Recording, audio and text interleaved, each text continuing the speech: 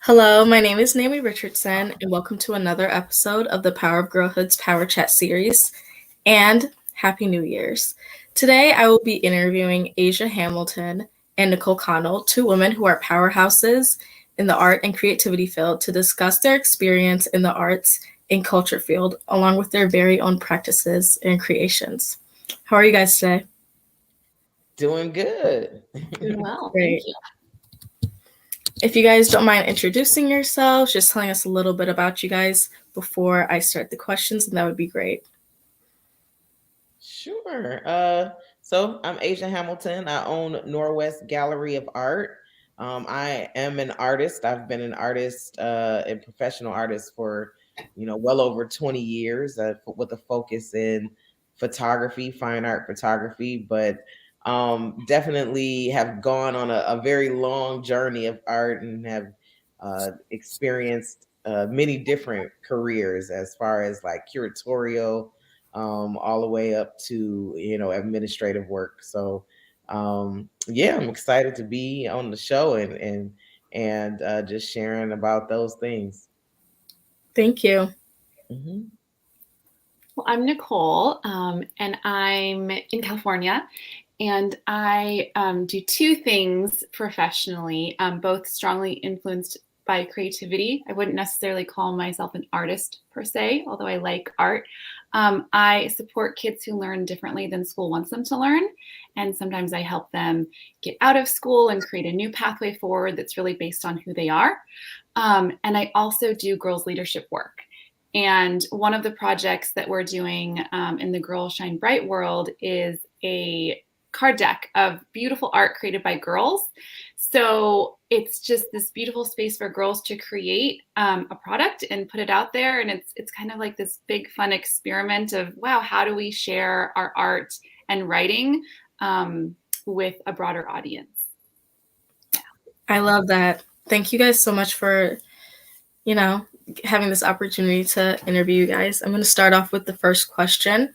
So, building and creating connections in the art and culture environment can sometimes be tricky. What was something that you learned when beginning in this field that you still use today to help yourself or others?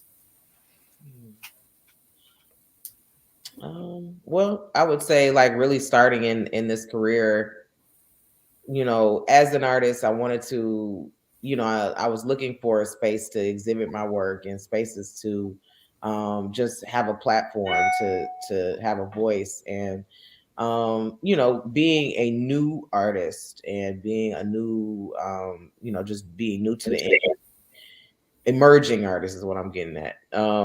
You know, a lot of spaces don't want to take you because you don't already have a following and you're not going to generate any money, and they're kind of like taking a chance on you. So I had to kind of create my own spaces. I had to create my own platforms. I started. I would go around and I would talk to different coffee shops or bookstores or wherever, and art galleries as well, or spaces that can look like an art gallery.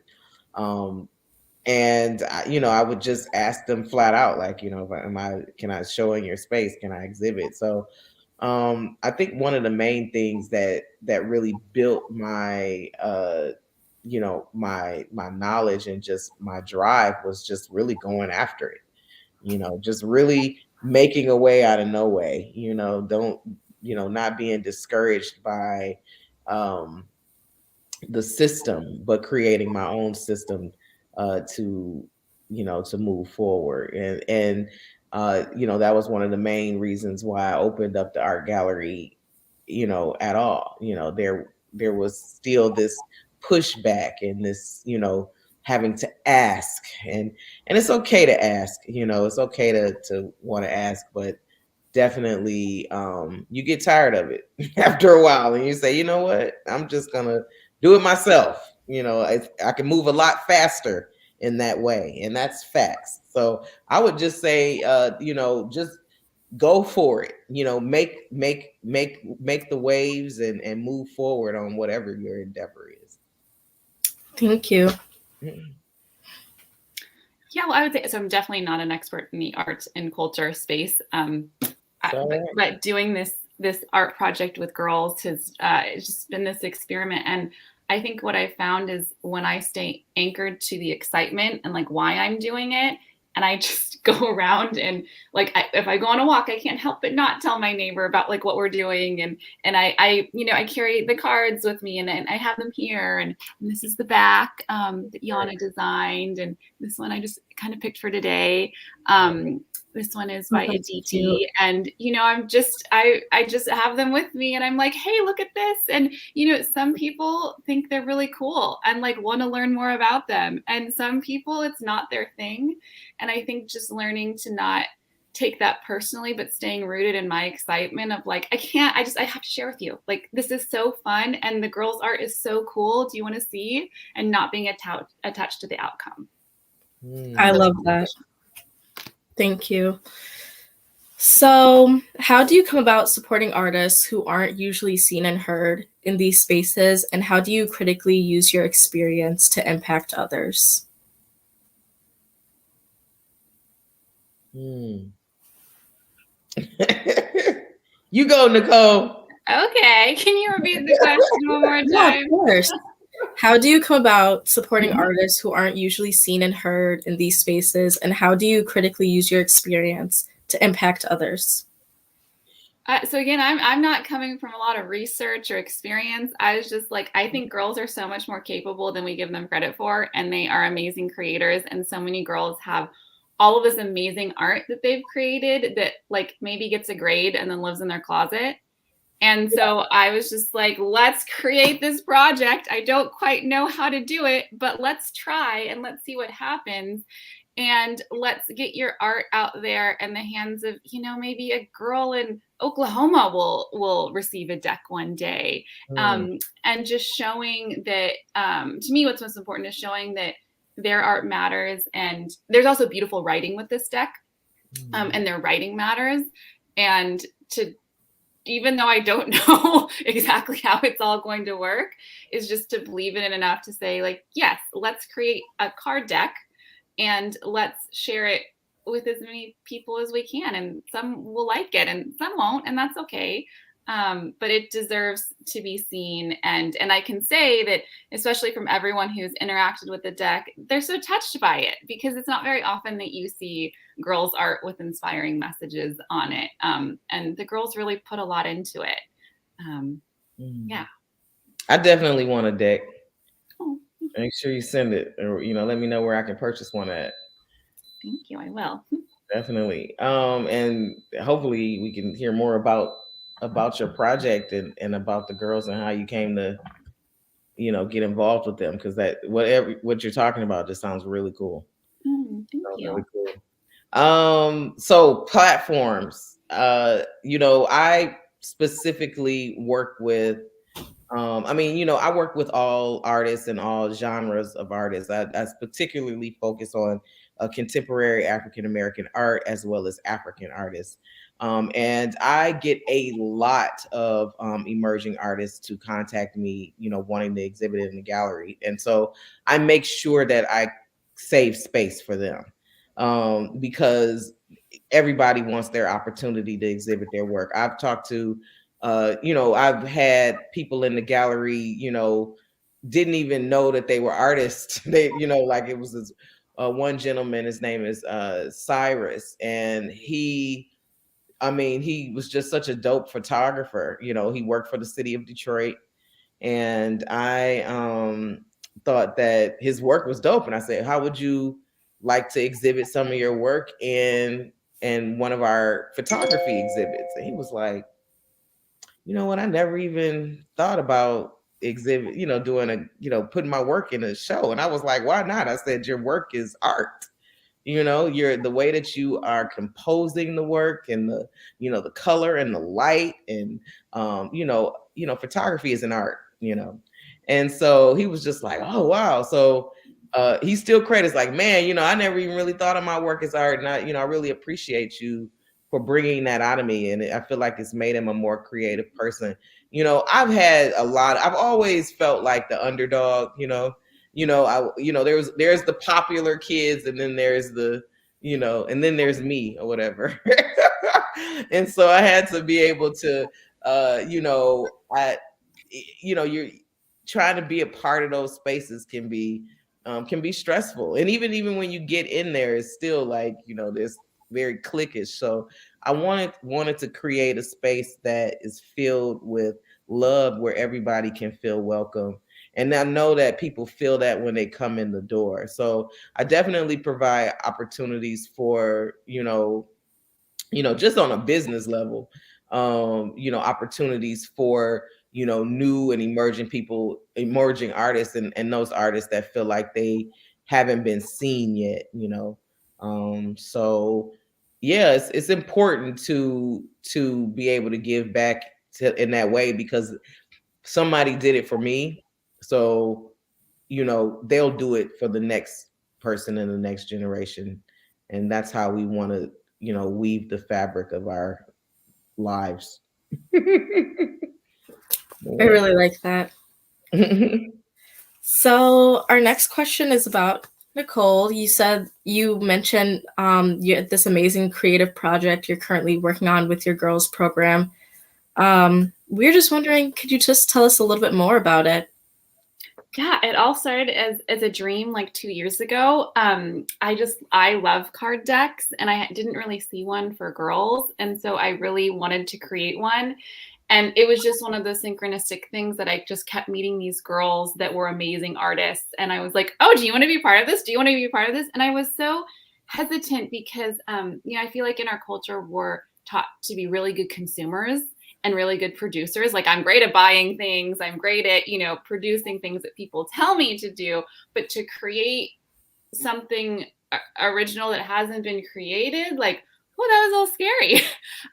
But I just felt like I kind of had to. And so I found this amazing team of 10 girls, and they each have a unique brilliance, and some are like phenomenal artists.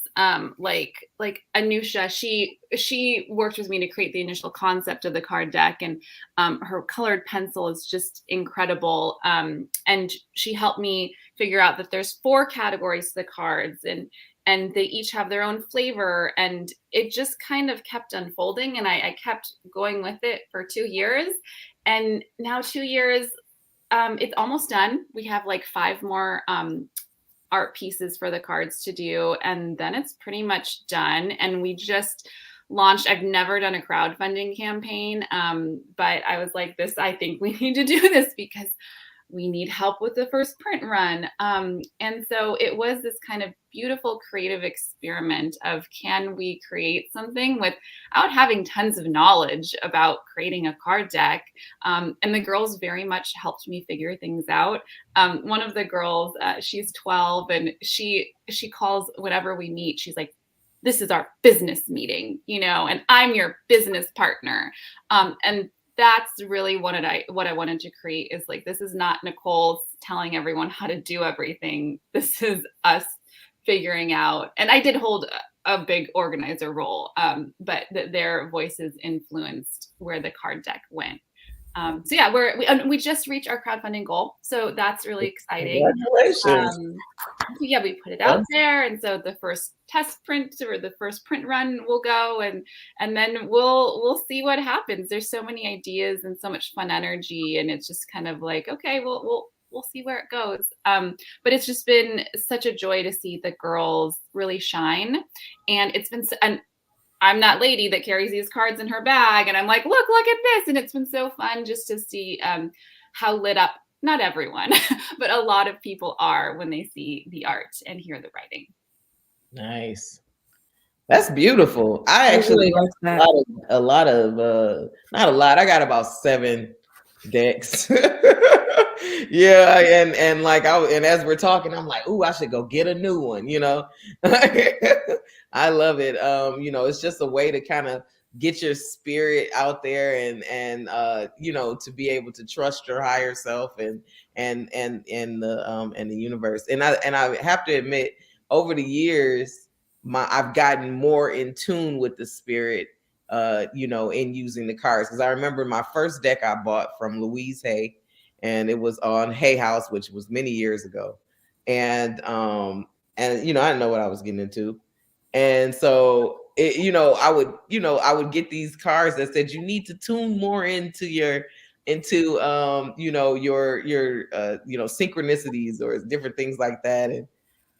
And so now I've noticed the change. So I think the more you get into it, the more you are able to be open to the universe giving you information through those cards. So I think that's really dope that you're doing that with young people too, because I wish I knew when I was young that I could, that I could change my life or my pathway by how I'm thinking and how I'm conducting myself, and not, instead of just experiencing life, but actually making it happen, is like knowing that your thoughts and your words and all of those things create your environment.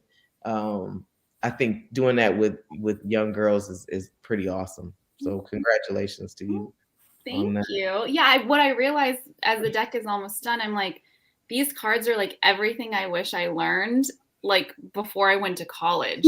Like, make time to restore, take care of yourself, Nicole. And like they're things that like to me now are so obvious social emotional learning things that I'm like, obviously I'm going to take care of myself and I'm going to remember that I'm resilient and worthy and beautiful. But when I was 18, I didn't get this kind of education.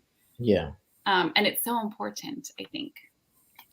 Yeah, I definitely feel as like being a young adult that the lessons that the universe showed me, I'm like, oh, I'm supposed to, like, this is an opportunity for me to change my path and everything. So I really, really like that idea, and congratulations on your ongoing project. Cool beans. So leadership in art and culture roles are rarely mentioned. How do you show up for your community in roles such as being a director, curator, and creative? And also, how do you show up for yourself? I mean, I am a director and a curator. I'm all those things. So I've been a leader since I was a little kid. I'm like leading the pack. I'm like, let's go do this, or I'm a Virgo, I'm a number one. I'm like, I'm like all of these things. So um I'm just a born leader. That's just what I do. Um so it was only natural for me to open up a space. Also, I come from a long line of entrepreneurs. My father was an entrepreneur, my grandfather was an entrepreneur, my sister is an entrepreneur, my nieces and nephews are becoming entrepreneurs. Everybody's doing their own thing. So it's only natural for me to want to create that space, especially when you're like waiting on people. But I show up in my community because it's always been because there's a need being met. Most recently, after my mom passed, I decided to turn our family home into an artist residency that focused specifically on women of color. And we've got women from all over the U.S. to participate in this exhibit, in the residency, which we turn into a whole house art exhibition. And it really just started because not only is art a male dominated industry, it's also a white dominated industry. And I wanted to be able to create and provide space and opportunities for women and women of color to be able to to build their portfolios and get into these industries, or to get opportunities with people that's in the art field, that they might not even have been able to get just trotting along. I've definitely built friends over the years, and so we had a really nice lineup of various different women, um, you know, in various different art fields, to act as mentors for these women, and they're not young. They're grown. These are women that are like, they're 30 and younger. So they're not like kids, but we, it's still, even at this age, we're still looking for those opportunities to express ourselves and to get our work out there. So, Woman House is a different way that, like I said, is being a leader has just sprung from the need in the community for those, for whatever it is, be it a space or a platform for emerging artists to exhibit their work, or a place where someone needs to grow in their craft. I definitely wanted to do that because somebody did it for me. Also, as I could have did the artist residency anywhere. I could rent a nice house in the, over here where all of the arts and stuff is popping. But I wanted to do it in the community, not just for the women, but really also for the people in the community. Some of the kids on the block are calling the house the museum house now, which is really cool.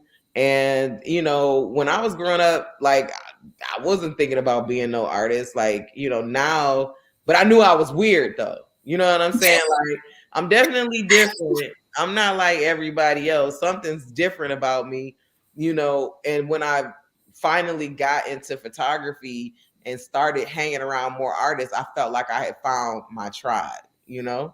But now people, these kids, they can walk down the street and they can experience art right in their neighborhood without them having to go all the way to the DIA or all the way downtown. They know, like, oh, the house down the street is the museum house and there are artists living there, and I know them because they're outside playing with their dog or whatever the situation is. And I think that is, like, again, that, that's changing the fabric of the neighborhood. It's going from the hood to being more of a cultural space. And I love that. That's great. Mm-hmm. Would you like me to repeat the question? Sure. Did I not answer it? No. Oh, no. I'm just saying, if anyone needs the question. I like the ramble. That's another thing. I think I remember. But at first I would say, Asia, oh my gosh, just what you make possible is so incredible. It's like genius. I just love what you've created for other people and the community. Like, I'm inspired. I'm like, I want a house to fill with girls' art. Thank you. Just come on down. It's party time. I love that. Cool. I feel so inspired being here. I feel lucky to be here. So I just need to go into leadership. So what I see working with youth is oftentimes, like, the dominant narrative around leadership is like power over, power under. I've got the answers. I'm teaching you. And like that's just one model, and it's very pervasive. And what I'm really passionate is about more of a power with model of, like, yeah, I'm a grown up and I know stuff, but you are so wise and you have so many insights that I don't have, and I want to honor that. And so the Girls Cards Project definitely touches on that, and allows for girls to share what they want and to feel like a business partner. And then I also do for the community. Right now they're online. We'll see if I make them in person again. But girls circles, and they're really fun because what I do is sometimes I feel like like, how Oprah, like, gives things away, like, you get a car, you get a car. Like, what I see is girls are often dying to lead, and they have things to say and things to share, but they don't often get a place to do it. So I'm like, you get 20 minutes to lead, you get 20 minutes to lead, you get 20 minutes to lead. And we co-create these really beautiful experiences. And so I don't know if that specifically answers your question, but that's what I'm trying to create in my world, is more opportunities for kids to feel power with. Thank you.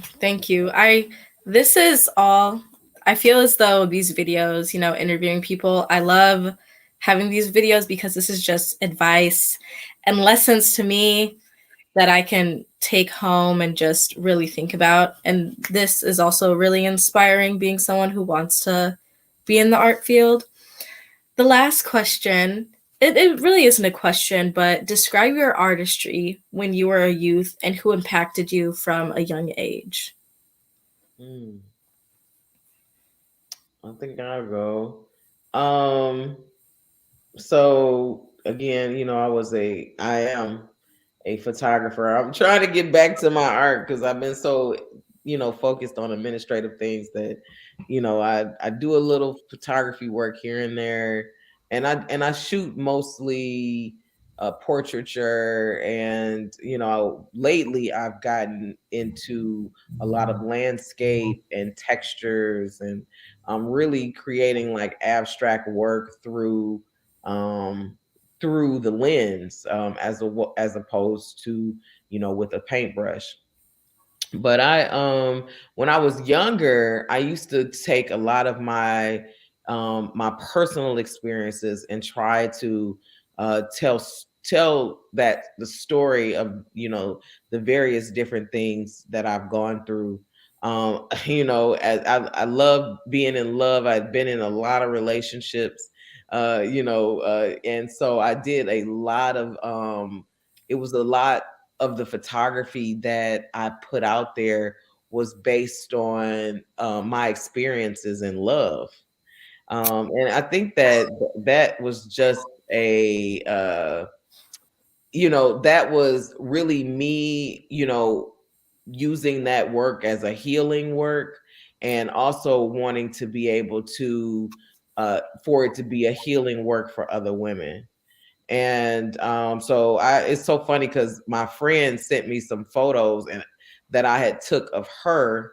She was like bending over in a car talking to this guy, and um it was a photo that I did like this. I used to do a lot of double images back then. So I come from the old school photography. I mean, like we used to print, in the dark room, like real photography. So like we not the digital. That's not the art. Okay, the art is the actual in the chemicals. So I was like, man, so she's like leaning in the car talking to a guy, and then the double image is just her like sitting alone, at home, and having this loneliness or this needing. So I was like, wow. I was like, man, I was onto something back then, and that was when I was in college with that she had, when I shot that. She just sent me some photos. I said, man, you still got these? Send me some more so I can see what else I was talking about back then. So it's funny that you asked what that was about. But I think mainly it was just, at that time, it was just an expression of what I was going through, and using that as a tool to heal myself and bring attention to the things that I had been through so that I wouldn't continue to repeat those things. Yeah. No, I love that. I definitely understand that because, well, I wouldn't say understand because I am still young, but when it comes to like my poetry and all of that, I am a hopeless romantic, and I also just use a lot of what I've went through when I was younger as a form of healing. So that's I feel that. Thank you so much.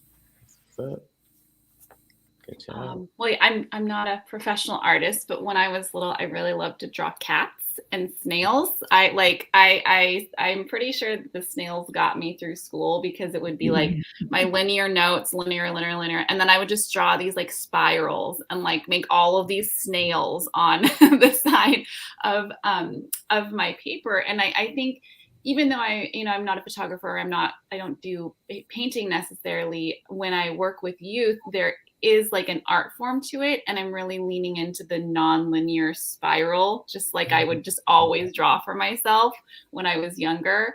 So yeah, this is a fun question to think about. I'm like, oh yeah, I love drawing the spirals, and I think that's kind of how I've approached the Girls Cards project and a lot of my professional life, even though I'm not a professional artist. Nice. Yeah, when I used to draw a lot of arrows, and as you're saying that, I wonder what that meant, or why why we doodle or draw the things that we do on a regular. Like, how did that come about? Just something to think about. Yeah. Well, our episode is coming to an end. I did want to say thank you guys for letting me interview you guys. I love learning new lessons and new advice from women of color who are leaderships in our communities. If you guys want to say your social media so people can follow you and follow your art and the girls program, that would be great. Yeah, absolutely. You can find Norwest Gallery, and it's Norwest Gallery .com, or it's Norwest Gallery on everything. That's Instagram and Facebook. So if you follow Norwest, you'll find out about Woman House and all of the other great programs and stuff that we got going on. That's great. I think I recently really figured out how to use Instagram. I feel like this very old millennial that doesn't understand, but I think I figured it out. I posted a bunch of the girls cards. If you want to see any of the art and the descriptions, they're there at Nicole Connell Education. I love that. Thank you guys for having me and for letting me interview you guys. Have a good day and be safe. You. Take care. Problem. You too.